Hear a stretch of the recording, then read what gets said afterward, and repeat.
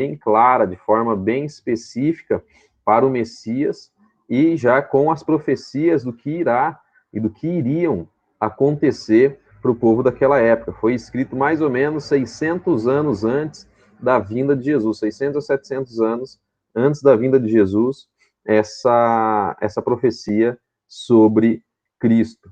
Vocês sabem quem que é esse profeta messiânico que a gente chama, que a gente conhece no Antigo Testamento? Um profeta messiânico que fala sobre Isaías?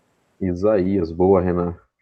Isaías, um profeta que anuncia a vinda do Messias, que anuncia a vinda de Cristo. Claro que outros profetas também anunciam, mas de forma tão clara e de forma tão específica como Isaías anuncia, e diante de tantos cumprimentos que acontecem no Novo Testamento, na vida de Jesus, e Jesus apontando para Isaías, mostrando que ele era aquele Messias que era mostrado e apontado para a redenção e salvação do povo da aliança, do povo judeu e dos filhos de Cristo, né, dos filhos de Deus, que seriam todos eles colocados debaixo da sua paternidade, diante do seu sangue, diante da sua aliança. Então, hoje nós somos considerados filhos e povo da aliança, porque nós somos filhos adotivos, como fala em Efésios, como fala em Romanos, porque nós somos adotados em Cristo devido ao seu sacrifício.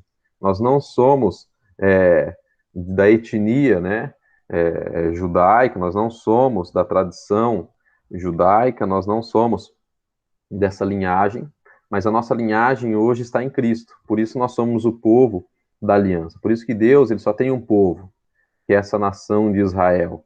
A gente pode falar, mas nós não nascemos em Israel, nós não somos judeus, mas nós somos adotados. Nós estamos debaixo da cobertura de Jesus. Somos só um povo. Quando ele fala que ele vai vir resgatar a Jerusalém, a Israel, ele está falando do povo da aliança. Ele está falando de nós também, nós estamos inseridos. Como lá em Romanos fala, que nós éramos um galho seco, jogados, e hoje nós somos inseridos, enxertados na videira, que é Jesus. Antes nós não tínhamos ligação nenhuma, antes nós éramos jogados, desprezados, sem uma paternidade. Hoje nós temos paternidade, que nós fomos adotados em Cristo, devido ao seu sacrifício. Como eu estou falando que é essa introdução, como é lá em Isaías, vamos abrir então Isaías 52, os versículos 13. A gente vai continuar Isaías 53 até o versículo 15. Até o versículo 15, não, até o versículo 12. Porque não tem versículo 15 em Isaías 53. A gente começa do 13, do 52 do 13 ao 15 e do 53 do 1 ao 12. Eu vou fazer uma separação aqui para a gente fazer a nossa leitura dinâmica aqui. Eu vou pedir para o Renan, que é o meu primeiro da lista, ler do 13 ao 15. Vamos ver, do 13 ao 15. Não, lê do 13 ao 1, tá? 13 ao 1. O próximo aqui é o André, mas ele está digitando, tá bom, a gente não vai conseguir ler, né, André? Ou consegue? Se não conseguir, digita aqui no chat, que Deus já chamou outra pessoa. Eu consigo. Qual que é o... Consegue? Eu quero que você leia do 2 até o 6. Isaías 53. 53, do 2 ao 6. Isso, aham. Daí depois o Guilherme Bebert, do 7 ao 11. Não, do 7 ao 11, não. Já li do 7 ao 12, já, Gui. Então, Renan, André e Gui. Pode ser?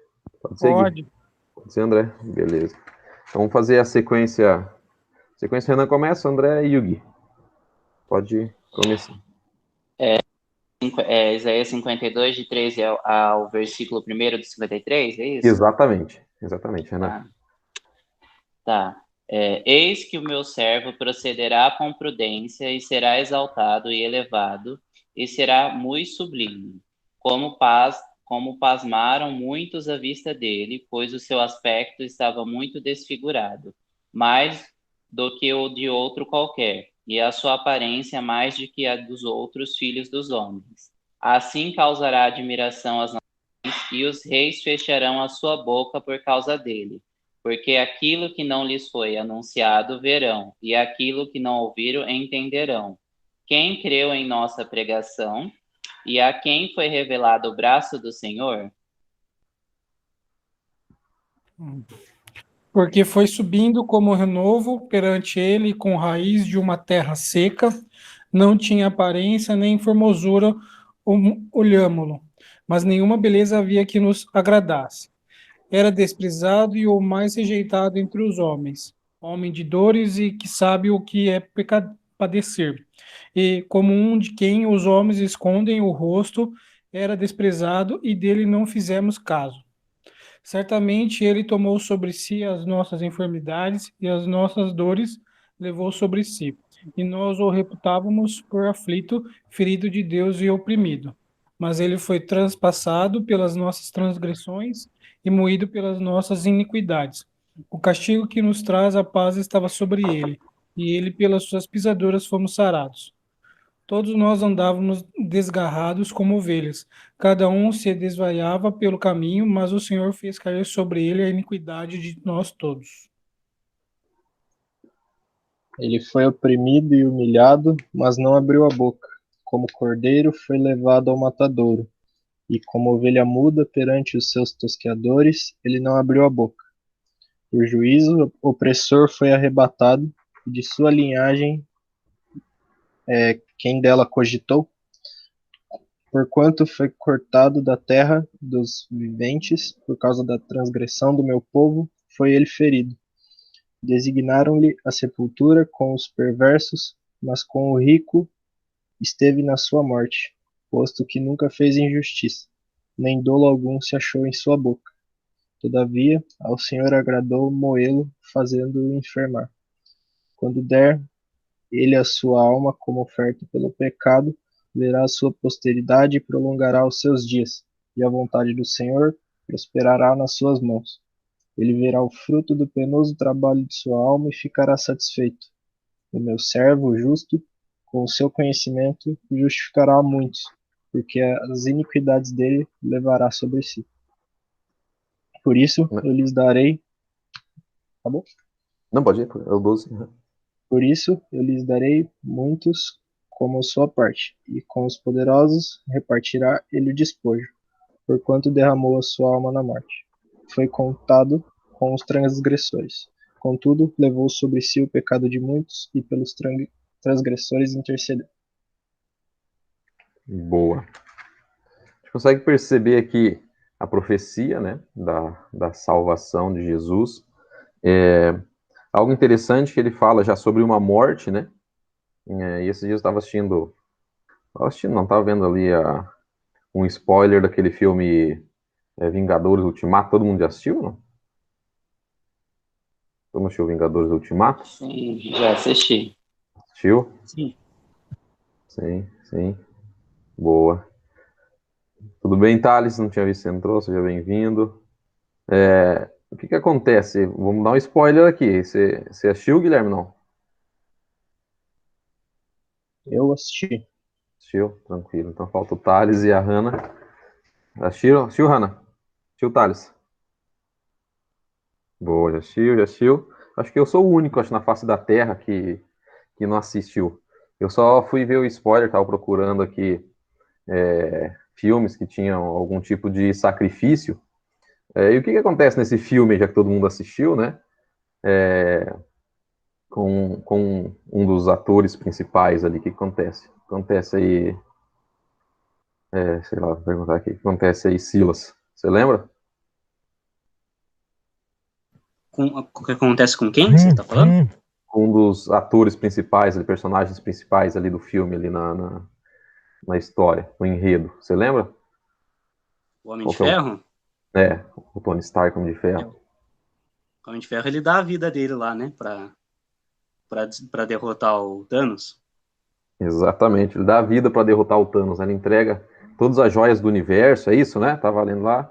E isso remetia um sacrifício para ele poder desbancar o Thanos, matar o Thanos, né? Isso. Então, ele teve que se sacrificar pela pela humanidade, né? Para que o Thanos fosse morto. Nem só a humanidade, né? Pelas galáxias, pelo universo lá dele, né? Universo Marvel lá. Pode ser que eu esteja falando besteira, mas não riam, porque sou meio noob nesses filmes. Mas a gente percebe que teve um sacrifício. Alguém lembra de outro filme que teve algum tipo de sacrifício, assim, que alguém deu vida, um pai, um filho, uma mãe, por alguém? Alguém lembra de algum filme assim? Ou uma série que marcou? Você fala, nossa,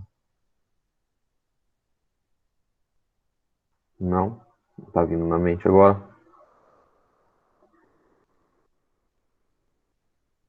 Não, nenhum.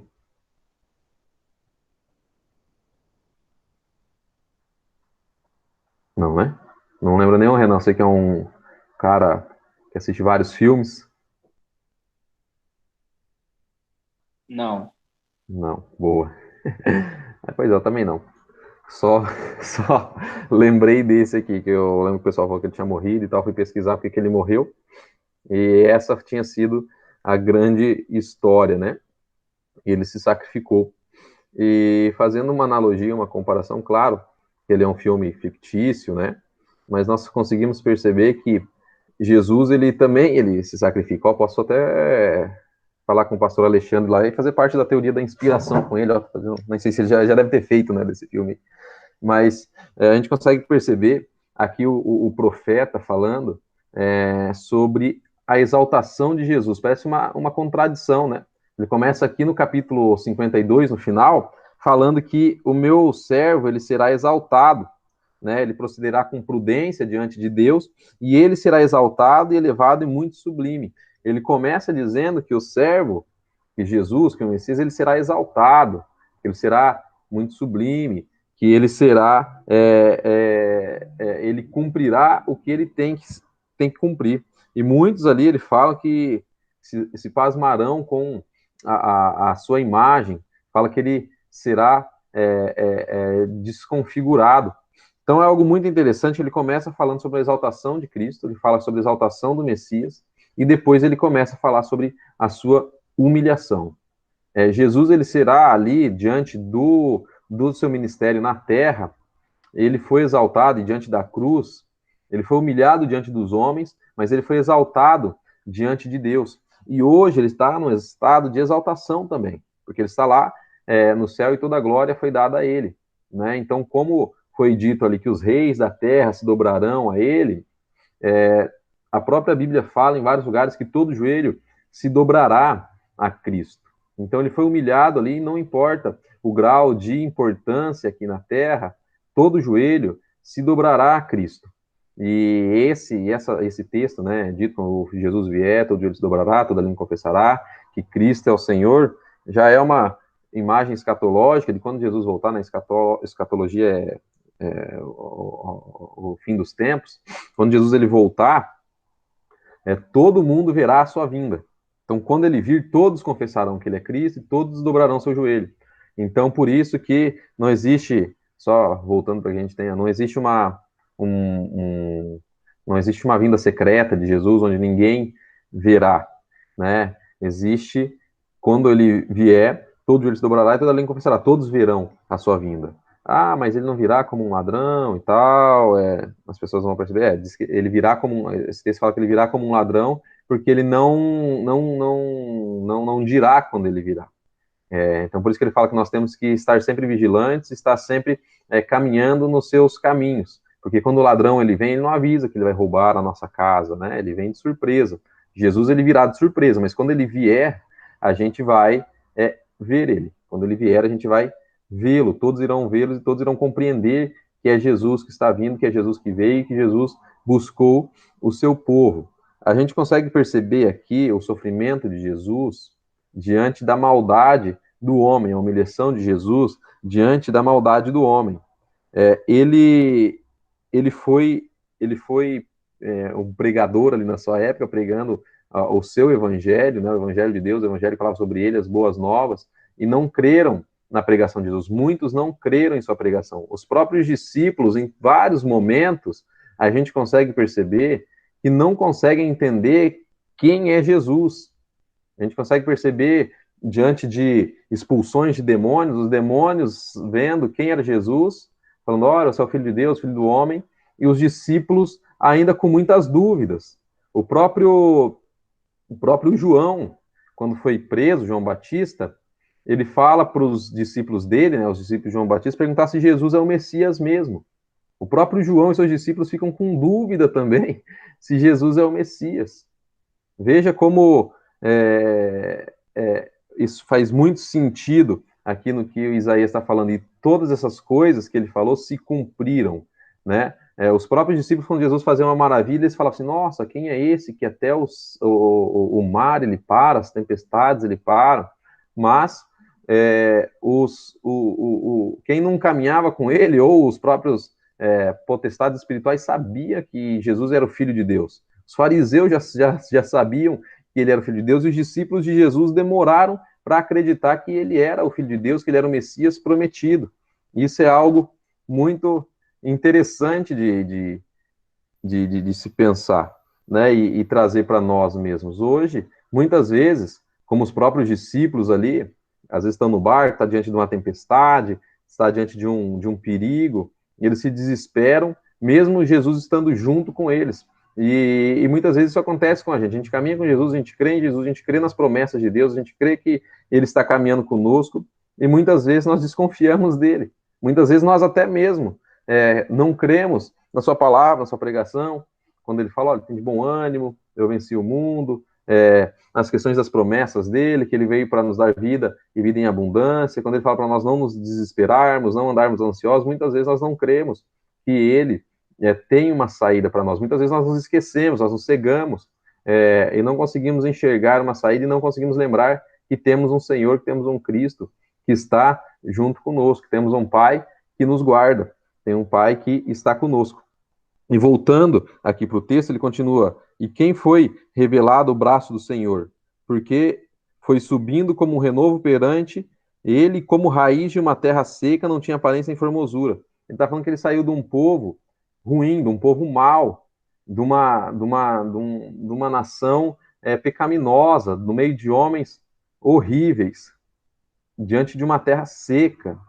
E ela vai subindo e trazendo renovo diante do Senhor. É como se fosse aquela, não sei se já viram no deserto, né? Às vezes, ou numa terra árida, às vezes você vê aquela árvore numa terra seca, toda seca, e às vezes nasce um brotinho do lado, assim, que dá vida para aquela árvore. E Jesus, ele vem de uma terra que não tinha, de uma terra seca. Ele vem de um povo maldoso, de um povo mau. A gente consegue perceber isso lá desde da Gênese, que a humanidade estava em rebelião contra Deus, né? A gente consegue perceber lá na Torre de Babel, a gente consegue perceber na Arca de Noé, e vamos ler lá em Gênesis 6, 5, o que Deus fala sobre a maldade do homem. Gênesis 6, 5. Pedi agora quem que não leu, a Hannah. Você consegue ler, Hannah, Gênesis 6, 5? E Silas, você consegue ler Romanos 8, de 31 a 34? Hannah, Romanos 8. do 31 ao 34. Daí a Hannah lê Gênesis 6, versículo 5. Vamos fazer o Silas ler primeiro, depois lê a Hannah. Pode ler? Pode ler. Que diremos, pois, à vista dessas coisas? Se Deus é por nós, quem será contra nós? Aquele que não poupou o seu próprio filho, antes, por nós o entregou. Porventura, não nos dará graciosamente com ele todas as coisas? Quem tentará acusação contra os eleitos de Deus? É Deus quem os justifica. Quem os condenará? É Cristo Jesus quem morreu, ou antes quem ressuscitou, o qual está à direita de Deus e também intercede por nós. Legal. Hannah, Gênesis 6, 5. Quando o Senhor viu que as pessoas eram muito más e que sempre estavam pensando em fazer coisas erradas... Pode continuar? Continua. Ficou muito triste por haver feito os seres humanos. O Senhor ficou tão triste e com o coração tão pesado que disse... Continua. Vou fazer desaparecer da terra essa gente que criei, e também todos os animais, os seres que se arrastam pelo chão e as aves, pois estou muito triste, porque os criei. Legal, muito bom. Só para falar sobre a maldade da humanidade ali antes do dilúvio, né? A tradução que a Hannah leu fala sobre Deus ter ficado triste. E é interessante isso, né? Só para que a gente possa entender. Essa é a didática de Deus, né? Como o próprio João Calvino sempre fala, por exemplo, Deus ele pode ficar triste, Deus pode pesar o coração, Deus pode se arrepender. Não, né? Mas é a didática de Deus para que a gente consiga entender o significado daquilo, porque aquilo aconteceu. Como eu sempre falo, Deus inclinou os ouvidos, Deus inclina seus ouvidos a nós, Deus com a sua boa mão, começa a colocar atributos humanos para que a gente consiga entender, né? Porque nós somos seres humanos, nós precisamos desses atributos para que consiga fazer sentido para nós. Deus tem mão, Deus tem ouvido, Deus tem pé? Não, né? Ele é um espírito, ele não tem, né? Ele é o todo, então ele não tem esses atributos, né? Ele se entristeceu, para que a gente consiga entender o porquê que ele fez aquilo dentro da nossa intelectualidade. Se o escritor ali, se Moisés não escreve daquela forma, né, revelado por Deus, pelo Espírito Santo, seria difícil de nós entendermos. E onde o Silas leu ali também, ele fala sobre a justiça que veio de Deus, é Deus quem nos justifica, né? É Deus quem fez toda a obra. Deus ele fez a obra da criação e Deus ele fez a obra da redenção. Ele criou o homem e redimiu o homem através da obra de Cristo, que veio como ser humano também. Todas as obras que Cristo fez, a obediência dele aqui na terra, ele cumpriu como homem, não como um Deus. E essa é uma dificuldade que nós temos, até mesmo pela nossa limitação intelectual, da questão de um Deus e um homem, né? Cristo ele era 100% Deus e 100% homem. Então, diante de algumas coisas, ele era 100% homem, diante do sofrimento, diante da obediência, diante de sentir dor, diante das limitações que um ser humano tem, ele era 100% homem. Então, Jesus ele não tinha poderes espirituais, poderes especiais para vencer o pecado. Ele era um ser humano igual a todos diante dessa questão. Mas ele tinha poderes que só um Deus tem, que só o próprio Deus tem, por exemplo, como parar a tempestade. Só o próprio Deus faz isso, porque é a criação dele. Só Deus tem poder sobre a criação. Então, Jesus ele parou a tempestade, Jesus ele acalmou ventos, Jesus ele ressuscitou um homem depois do 4º dia, que já não tinha mais como ser ressuscitado diante da cultura judaica, né?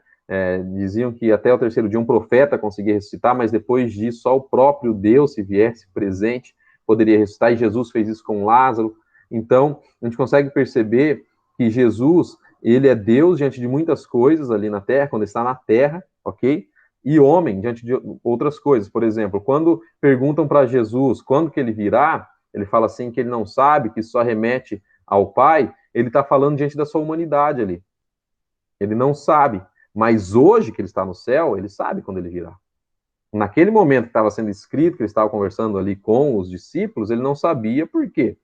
Porque Deus não havia o revelado. As coisas só aconteciam quando Deus revelava e quando Deus queria que acontecesse aquilo com Jesus. Por exemplo, quando Jesus ele vai tá no casamento e Maria pede para ele transformar água, fala para ele sobre fazer um milagre, né? Que tinha acabado e tal. Ele fala: olha, mulher, não chegou minha hora. O que ele está falando para Maria? Que não é ela quem determina quando ele irá fazer as coisas. Ele só pode fazer quando o Pai autoriza. Quando o Pai deixa, quando o Pai libera, quando tem essa liberação de Deus para ele fazer, né? É difícil entender, mas ele não é Deus, mas ali ele estava exercendo a sua humanidade. Quando Deus libera e quando ele toma a sua essência divina, aí ele transforma. Porque ele só faz aquilo, e fazia, né, quando ele estava aqui na Terra, quando Deus liberava e quando Deus era da própria vontade do próprio Deus, quando eles estavam em consonância ali, quando eles estavam em consenso. Entende? É difícil entender, né? Mas é isso. Jesus ele é 100% homem, 100% Deus. Quando ele cumpre e vem como um servo sofredor, ele cumpre como um ser humano. Um ser humano que foi perfeito. E esse ser humano perfeito redimiu os nossos pecados. Diferente daquele outro ser humano que era perfeito, que era Adão, e ele se rebelou contra Deus, ele pecou contra Deus. O pecado entrou com um homem e saiu com outro homem, como está em Romanos. Saiu em Jesus. A gente consegue perceber dentro do texto até o que o Silas falou, né, que Deus ele não poupou seu próprio filho por amor a nós. A gente consegue perceber que Jesus ele passou por todo esse sofrimento. E Isaías fala que agradou Deus ver Jesus sofrer e enfermar, mas Deus se agradou do sofrimento de Jesus? Não, ele se agradou da obra redentora de Cristo. Ele se agradou da salvação concluída em Cristo. Ele se agradou do sacrifício que foi aceito. Ele não se agradou do sofrimento de Cristo, não se agradou da dor. Ele se agradou da salvação que veio através de Cristo, da obra redentora dele. E a gente consegue perceber de novo o amor de Deus sobre a nossa vida. E a gente consegue perceber Jesus, como a gente já fez o estudo lá em Levíticos, sobre os sacerdotes, sobre sacrifícios. Jesus, ele foi o sacerdote que levou a oferta diante de Deus, e ele foi o próprio sacrifício. Jesus foi quem levou a oferta. E Jesus foi quem morreu. Jesus foi quem levou todo o peso do pecado sobre si. Ele foi o sacrifício, levou o peso do pecado sobre si. E ele é quem intercede por nós diante de Deus. Como a gente consegue perceber, mesmo depois de ter morrido e ressuscitado, estar lá com Deus, ele intercede por nós ainda. Ele não parou de interceder, como foi lido em Romanos. Ele intercede por nós ainda, Jesus. Como ele fez uma oração quando ele estava aqui na terra, que era a oração sacerdotal, ele intercede pelo seu povo, que está lá em João 17, a oração sacerdotal de Jesus. Vamos abrir lá em João 17? João 17, 17. Sou bilíngue, falou. Fala as duas palavras juntas. João 17. Deixa eu ver quem que não leu ainda. O Silas leu. Padre, você consegue ler para nós João 17, do 1 ao 5? Beleza. Pode ser? Vamos retornar ali agora. Renan, do 6 ao 10. Ok? O próximo, o André de novo. Do 6 ao 10, do 11 ao 15. Depois do André, a Hanna, do 16 ao 20. E o Silas, do 21 ao 26. Peraí, qual que é o meu? 16, não? 16 ao 20. Reprisa para mim aí, Alan, por favor. O seu é do 6 ao 10. O 3 a 10 é o qual que é o capítulo? Ah, não, 6 ao 10 é o Renan, João 17. Tá bom. O seu é do 11 Peraí, agora me perdi. Qual que é o seu, Renan? Do 6, você falou. Do qual que eu falei? Do 6 ao 10. Do 6 ao 10. João 17, isso, né? Isso, então o teu é do 11 ao 15. Gui, eu pedi para você ler? Para mim você pediu. Não, pedi para André. Ah, tá, só pulei o Gui, então. Tá. Beleza, O meu então é o seu é do 15 ao... do 11 ao 15, o seu. Beleza, obrigado, Alan. Obrigado. 17 do 11 ao 15. Pode começar, Thales. Beleza. Tendo Jesus falado essas coisas, levantou os olhos ao céu e disse: Pai, é chegada a hora. Glorifica teu filho, para que o filho te glorifique a ti. Assim como lhe conferiste autoridade sobre toda a carne, a fim de que ele conceda a vida eterna a todos os que lhe deste. E a vida eterna é essa, que te conheçam a ti, o único Deus verdadeiro, e a Jesus Cristo, a quem enviaste. E te glorifiquei na terra, consumando a obra que me confiaste para fazer. E agora, glorifica-me, ó Pai, contigo mesmo, com a glória que eu tive junto de ti, antes que houvesse mundo. Manifestei o teu nome aos homens que me deste do mundo. Eram teus e tu nos confiaste, e eles têm guardado a tua palavra. Agora eles reconhecem que todas as coisas que me tens dado provêm de ti, porque lhes tenho transmitido as palavras que me deste, e eles as receberam. E verdadeiramente conheceram que sai de ti, e creram que tu me enviaste. E porque eles que eu rogo, não rogo pelo mundo, mas por aqueles que me deste, porque são teus. Ora, todas as minhas coisas são tuas, e as tuas coisas são minhas. e neles eu sou glorificado. Já não estou no mundo, mas eles continuam no mundo. Ao passo que eu vou para junto de ti, Pai Santo, guarda-os em teu nome, que me deste, para que eles sejam um, assim como nós.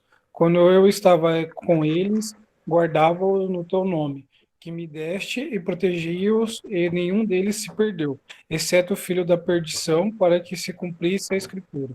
Mas agora vou para junto de ti, e isto falo no mundo, para que eles tenham o meu gozo completo em si mesmos. Eu lhes tenho dado a tua palavra, e o mundo os odiou, porque eles não são do mundo, como também eu não sou. Não peço que os tires do mundo, e sim que os guardes do mal. Assim como eu não sou do mundo, eles também não são. Que eles sejam teus por meio da verdade, a tua mensagem é a verdade. Assim como tu me enviaste ao mundo, eu também os enviei. Em favor deles, eu me entrego completamente a ti. Faço isso para que, de fato, eles também sejam completamente teus. Não peço somente por eles, mas também em favor das pessoas que vão crer em mim por meio da mensagem deles.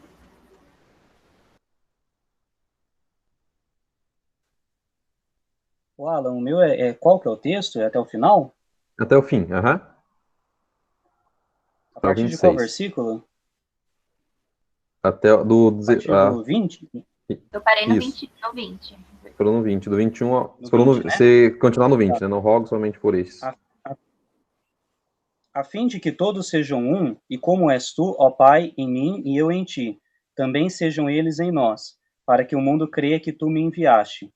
Eu lhes tenho transmitido a glória que me tem dado, para que sejam um, como nós o somos.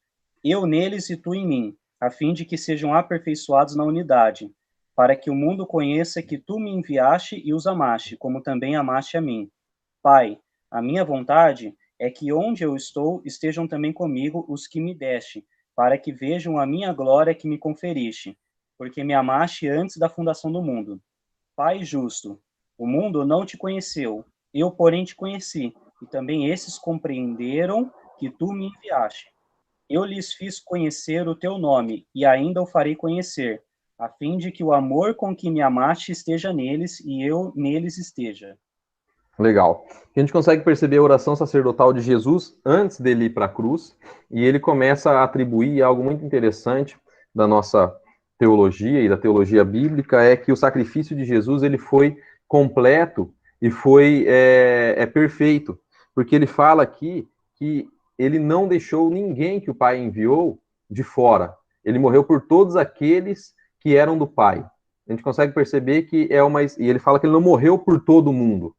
Ele morreu por aqueles que o Pai o enviou. Quando a gente fala assim, Jesus ele veio para o mundo, ele morreu pelo mundo, Deus amou o mundo, sim. E quando fala de mundo, que ele morreu por todo mundo, ele morreu por pessoas que moram em todo mundo. Ele não morreu por a totalidade da humanidade, só por aqueles que creram. Mas ele morreu para gentios, morreu para judeus, morreu para mulheres, para homens, para escravos, para livres, para brancos, para pretos, para amarelos, para marrons. Ele morreu para todo mundo. Então, essa é a questão, para todo mundo que está no universo aqui de vários lugares, não pela totalidade da humanidade. Porque para estar com Cristo, tem que crer nele e na palavra de Deus. Por isso que ele fala, por todos aqueles que o Senhor me enviou, seja gentil, seja grego, seja escravo. Aí entra essa questão que eu falei no início, da aliança. Todos nós fazemos parte da família de Deus. Todos nós fazemos parte da família de Cristo. Por quê? Porque ele morreu por aqueles que o Pai enviou. Não só pelo povo judeu, mas por todos aqueles que creem nele. E a gente consegue perceber esse sacrifício de Jesus e esse amor que fez agradar, que Jesus ele intercede por nós. Ele intercedeu pelo povo aqui, intercede por nós ainda lá na eternidade. A gente consegue perceber uma outra profecia de Isaías sendo cumprida aqui, quando ele fala que ele é glorificado com Deus. Aí ele está sendo glorificado, aí ele está sendo exaltado. Ele foi glorificado com Deus, ele foi humilhado diante dos homens, mas teve alguns que creram ali que estavam com ele, e hoje muitos creem na obra salvadora de Jesus e crê em Deus. Só que a gente vê naquela época ali, muitos se afastaram deles dele, né? E muitos o abandonaram. Ele foi abandonado por vários. Os próprios discípulos de Jesus o abandonou quando ele estava indo para a cruz. E isso se cumpre aqui na profecia de Isaías, que muitos o abandonaram, muitos o rejeitaram, muitos deixaram Jesus de lado. Como eu não pedi para o Gui ler, lê João 12, do 37 ao 40 aqui, só para a gente ver sobre essa rejeição. João 12, do 37 ao 40. João capítulo 12, versículos 37 e 40. Se puder ler para nós, Gui, sobre essa questão da rejeição. E, embora tivesse feito tantos sinais na sua presença, não creram nele, para se cumprir a palavra do profeta Isaías, que diz: Senhor, quem creu em nossa pregação? E a quem foi revelado o braço do Senhor? Por isso, não podiam crer, porque Isaías disse ainda: cegou-lhes os olhos e endureceu-lhes o coração, para que não vejam com os olhos, nem entendam com o coração, e se convertam e sejam por mim curados. Então, consegue Pode ler. Não, acabou já, acabou. Tá.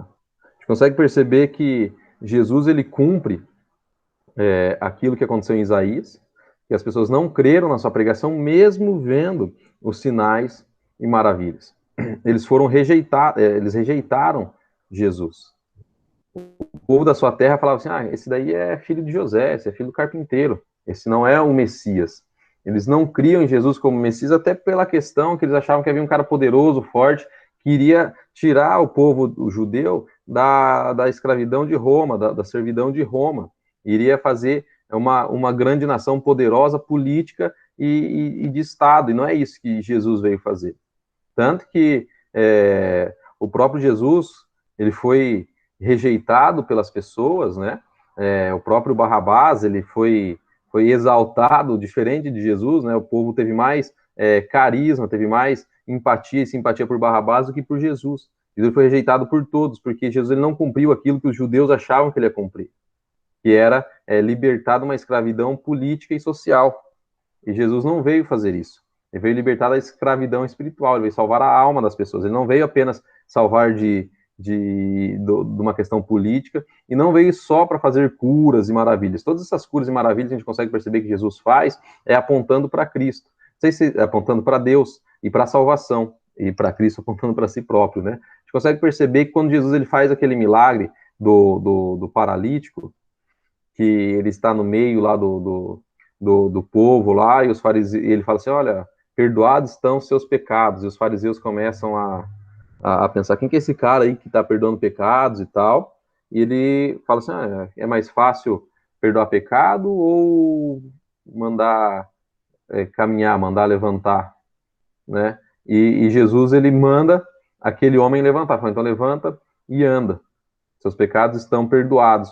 A gente consegue perceber que o que Jesus está passando ali não só curas físicas, não só prodígios, mas é uma mensagem de salvação, é salvação para o povo. E a gente consegue perceber que ele continua, através dos seus apóstolos e discípulos, passando essa mensagem de salvação. Por isso que ele fala que nós não somos deste mundo, mas estamos no mundo, e pede para que Deus nos guarde. Que a gente continue também pregando o evangelho da salvação, que ele fala: como eu sou um contigo, que eles também sejam, né, através do Espírito Santo. E um texto bem claro que os apóstolos fazem a mesma coisa que Jesus fez, quando eles estão lá João e Pedro estão entrando no templo, lá na porta de Formosa, tem um coxo, um deficiente, que pede dinheiro, pede esmola, e Pedro fala: olha para mim, e diz: dinheiro, ouro, nem prata eu tenho, mas levanta e anda. E quando aquele homem levanta e anda, ele glorifica e adora a Deus. Da mesma forma que aquele coxo, quando foi perdoado os pecados, lá que Jesus fala, ele também adora e glorifica a Deus e reconhece que Deus é o Salvador. As duas coisas eles fazem e apontam para Jesus. Não eram apenas milagres e prodígios para que um fim em si mesmo. Era para apontar a salvação em Cristo Jesus. Ali foi apontada a salvação em Cristo Jesus. Ali foi apontada a salvação. E a cruz, esse sofrimento, é para que nós sejamos salvos, é que nós entendamos a nossa salvação em Cristo Jesus, e isso é mais do que suficiente. Da mesma forma que o coxo lá a necessidade dele era dinheiro, João e Pedro não deram dinheiro, frustraram aquilo que era necessário para ele, aquela necessidade primária, que era dinheiro.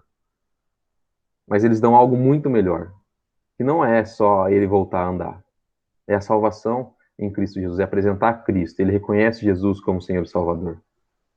Quando Jesus está lá com o coxo, ele dá algo melhor para o coxo do que ele voltar a andar. Ele traz o perdão dos pecados. Hoje você é salvo. Hoje você pode fazer parte da família de Deus. E conosco a mesma coisa.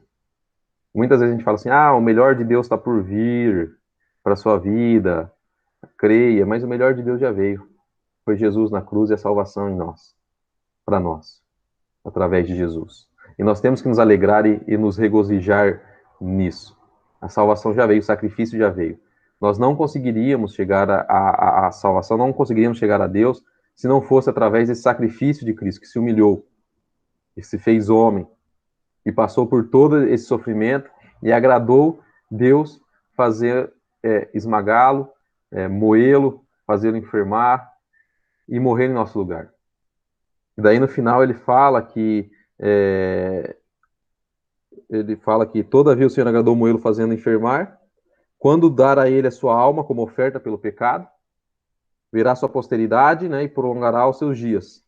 Então nós fazemos parte dessa família espiritual de Cristo, e a vontade do Senhor prosperará nas suas mãos.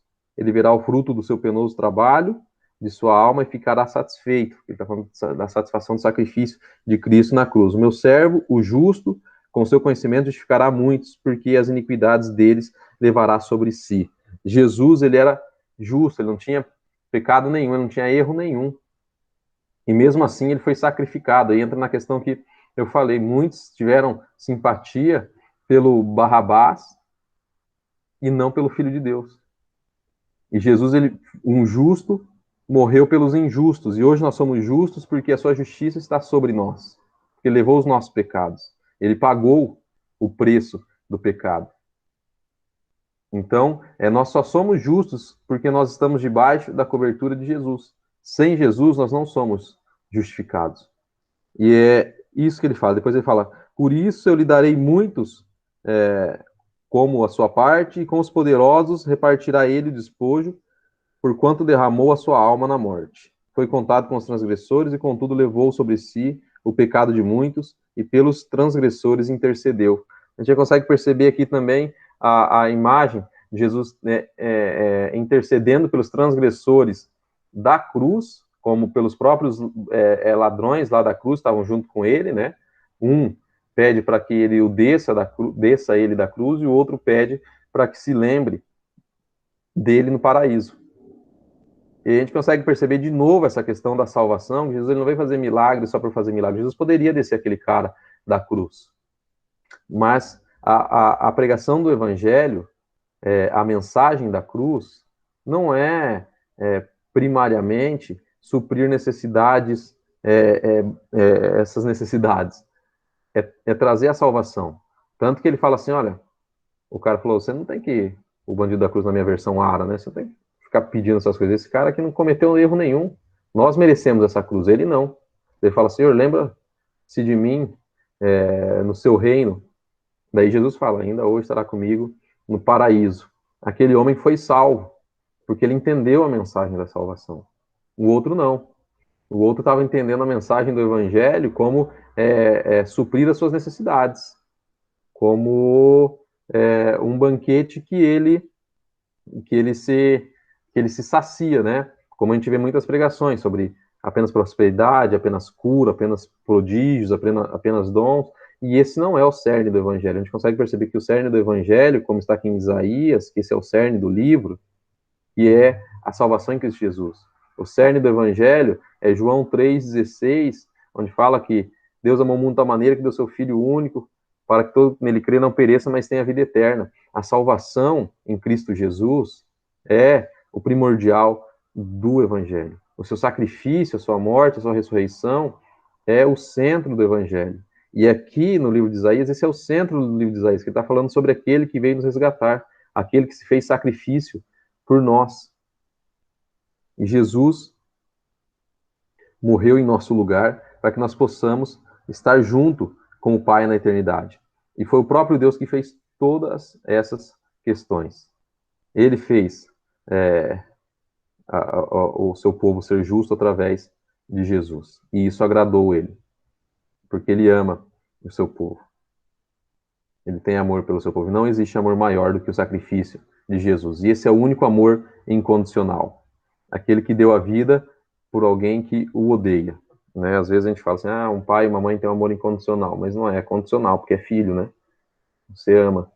Eu dou a vida por ele. Beleza, é seu filho. Né? Jesus, ele veio e deu a vida para aqueles que o odiaram, por aqueles que o rejeitaram, por aqueles que cuspiram em sua face, por aqueles que bateram nele. E mesmo assim ele intercede por esse povo. Ele intercede por aqueles que estavam ali, os soldados. Ele fala, Pai, perdoa, porque eles não sabem o que fazem. E também ele intercede por nós. Fala, Pai, perdoa, porque eles também não sabem o que fazem. Muitas vezes nós pecamos, erramos contra Deus, contra Cristo. E se nós temos o nosso coração como aquele bandido da cruz, nós assim, Senhor, lembre-se de mim, me perdoe. Ele nos perdoará. E Jesus nos intercede por nós até hoje, como está em sua palavra. Falando, Pai, perdoa. Ele não sabe o que faz. O problema é quando nós achamos que nós somos justos e sabemos o que estamos fazendo. E a forma que nós fazemos é melhor. Por isso que depois, quando continua no versículo 17 e 18 ali de João 3, ele fala que ele não veio para salvar os justos, mas sim os pecadores. Porque não é porque existe algum justo, é porque todos são pecadores e alguns se acham justos, se acham bom o suficiente para o sacrifício de Cristo, que ele não necessita daquilo. Para isso ele não veio, mas para aquele ladrão que entende, aquele pecador que entende a sua transgressão, entende o seu erro, o sacrifício foi por ele. E esse faz parte da família de Deus. E o sacrifício dele foi perfeito e completo.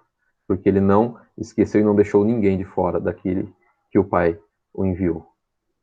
E que possamos crer nessa palavra, que possamos entender que o melhor de Deus já veio para nós, que é o sacrifício de Cristo. E que possamos olhar para esse texto e ver Cristo no Antigo Testamento também. E outro versículo interessante que ele fala que ele foi humilhado e tal, e ele ficou com os ricos. Né? A gente consegue perceber também que foi uma profecia onde, quando Jesus ele foi morto, José de Arimateia, que era um cara que tinha grana, que foi o que comprou o sepulcro dele. José e o Nicodemos foram que ajudaram a sepultar Jesus. Senão ele seria jogado numa vala qualquer, ou jogado como um lixo, como todos aqueles homens. Mas Deus prometeu que ele não seria jogado assim. E se cumpriu mais uma profecia. Jesus ele foi colocado em uma urna, foi colocado dentro de um túmulo. Mais uma profecia cumprida aqui. Muito interessante a gente ler e conseguir ver essas profecias cumpridas em Cristo. Alguém quer falar alguma coisa? Tem 3 minutos. Fazer um adendo. Fazer um comentário. Falar sobre o filme do Tony Stark. Ou sobre a obra salvadora de Jesus. Não? Então vou pedir para o Thales orar para encerrar nossa aula. Pode ser, Thales? Pode sim. Legal. Senhor nosso Deus, nosso Pai, Senhor, muito obrigado, Pai, por mais esse dia, Pai, pelo fôlego de vida que o Senhor nos deu hoje, por tudo que o Senhor nos dá, Pai, pelas suas misericórdias se renova a cada manhã, pelas suas bênçãos, Pai. Te peço, Pai, que esteja cuidando, Pai, no decorrer desse dia, Pai, cuidando da vida de cada um. Te agradeço pela lição, Pai, que nós possamos aprender cada dia mais de Ti, ó Pai, e aplicar tudo que aprendemos nas nossas vidas, ó Pai.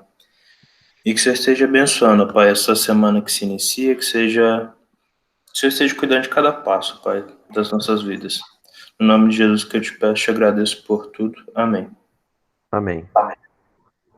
Bom, hoje não tem ninguém da diretoria aqui, Mas fiquem atentos às redes sociais sobre as programações que irão ter semana que vem. Eu acredito que sábado acho que não vai ter nenhuma programação, mas fiquem atentos nas redes sociais, no WhatsApp, que será avisado e dito que terá. Mas eu acredito que dia 21 não teremos programação. Acho que nem presencial, nem online. Vai ser um dia de folga aí para vocês, para nós, para que a gente possa adorar a Deus de outra forma. Então, uma boa tarde para vocês, um bom domingo. Que Deus abençoe a todos aí nos votos, que vocês votem conscientes e que possamos no final do dia nos alegrar em Deus. Deus abençoe a todos, um forte abraço. Valeu, Alan. Valeu, tamo galera. junto. Bom domingo a todos. Bom domingo. Valeu, obrigado, um domingo.